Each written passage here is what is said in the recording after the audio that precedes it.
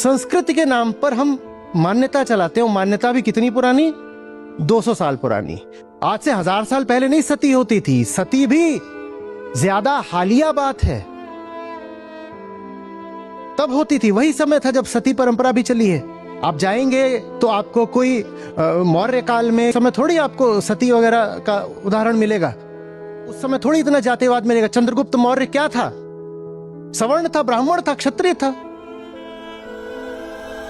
लेकिन सबसे बड़ी सल्तनत का राजा था मगध। हम डायोजनीस की बात कर रहे थे, अलेक्जेंडर को किसने वापस भेजा था? वो सवर्ण नहीं था चंद्रगुप्त मौर्य जिसने सिकंदर को वापस भेज दिया था।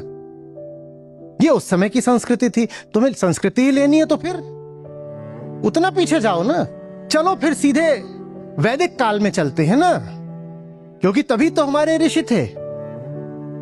उस समय की संस्कृति का पालन करेंगे। पर उस समय की संस्कृति तो बहुत उदार थी और बहुत खुली हुई थी। वो संस्कृति आज ले आओ तो आपको बोलेंगे कि ये तो नास्तिक है और समाज विरोधी है और धर्म विरोधी है और राष्ट्र विरोधी है, सब लगा देंगे आप पर।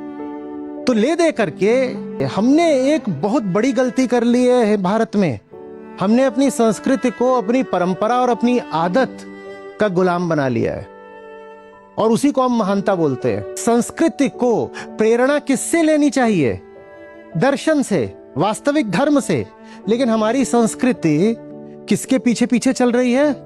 हमारी पुरानी मान्यताओं के। हम कहते हैं जैसा अभी 100-200 साल पहले जो हो रहा था यही तो है सनातन संस्कृति। संस्कृति पहली बात तो सनातन होती नहीं, संस्कृति रोज बदलती है। संस्कृति के नाम पर ये सब चल रहा है अभी भी। हम अपनी उस समय की मानसिक और आर्थिक दशा और व्यवहार को एक आधुनिक जीवन पर लादना चाहते हैं और इसको कहते हैं कल्चर।